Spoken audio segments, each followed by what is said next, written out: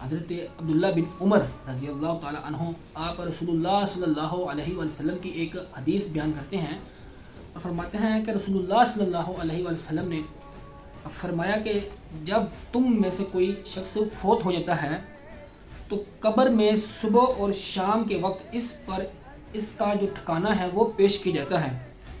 یعنی اگر وہ جنتیوں میں سے ہے تو جنت کا ٹھکانہ، اور اگر وہ دوزخیوں میں سے ہے تو دوزخ کا ٹھکانہ اس میں اسے پیش کیا جاتا ہے. اور کہا جاتا ہے کہ قیامت کے دن اللہ کے اٹھانے تک تیرا یہی ٹھکانہ ہے. یعنی جو شخص نیک تھا، پرہیزگار تھا، اللہ تعالیٰ کا یعنی جو شخص نیک تھا، پرہیزگار تھا، اللہ تبارک و تعالیٰ کی عبادت کرنے والا شخص تھا، اللہ کی اطاعت کرنے والا شخص تھا، رسول اللہ صلی اللہ علیہ وسلم کی اطاعت کرنے والا شخص تھا، اس کو جو ہے وہ قبر کے اندر اس کا جو ٹھکانہ ہوتا ہے وہ جنت ہوتا ہے. اس سے جنت پیش کی جاتی ہے، اس سے جنت کے جو سارے جو ہے وہ نظارہ سے دکھایا جاتا ہے. اور اگر کوئی رسول اللہ صلی اللہ اور اس کے رسول کا نافرمان تھا، گناہگار تھا، گناہ کرنے والا تھا، اپنی زندگی کو اس نے ساری زندگی جو ہے وہ نافرمانیوں میں گزارا، فرمایا کہ پھر اس کا جو ٹھکانہ ہے وہ قبر کے اندر اسے پیش کیا جاتا ہے اور جہنم دکھائی جاتی ہے اسے، اور فرمایا جاتا ہے کہ قیامت کے دن تک تیرا یہی ٹھکانہ ہے.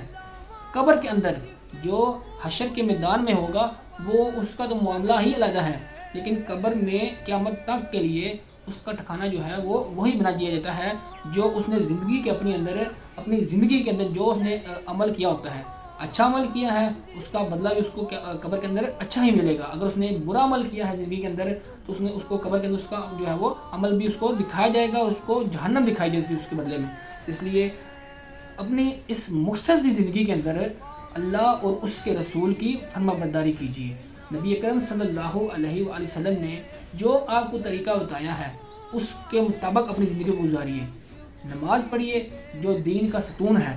سب سے پہلی چیز فرمایا نماز ہے. اگر کوئی شخص انسان مسلمان ہوتا ہے، مشرک تھا، اس نے کلمہ پڑھ لیا لا الہ الا اللہ محمد رسول اللہ، اور اب وہ مسلمان ہو گیا، اب اس پر جو سب سے پہلا دین کی طرف سے، اسلام کی طرف سے جو اس پر سب سے پہلا جو ہے حکم آئے گا وہ نماز کا آئے گا. وہ نماز پڑھے گا، 5 وقت کی فرض نماز پڑھے گا. اگر اللہ تعالیٰ نے اسے ہمت، طاقت، صحت، تندرستی دی ہے وہ ساتھ میں نفل بھی پڑھے، وہ ساتھ میں جو ہے وہ صدقہ و خیرات بھی کرے.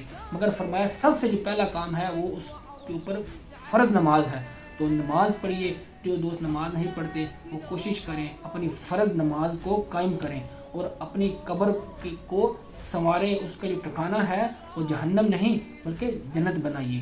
اللہ تعالی ہمیں نبی اکرم صلی اللہ علیہ وآلہ وسلم کے بتائے ہوئے طریقے کے مطابق اپنی زندگی کو گزارنے کی توفیق عطا فرمائے.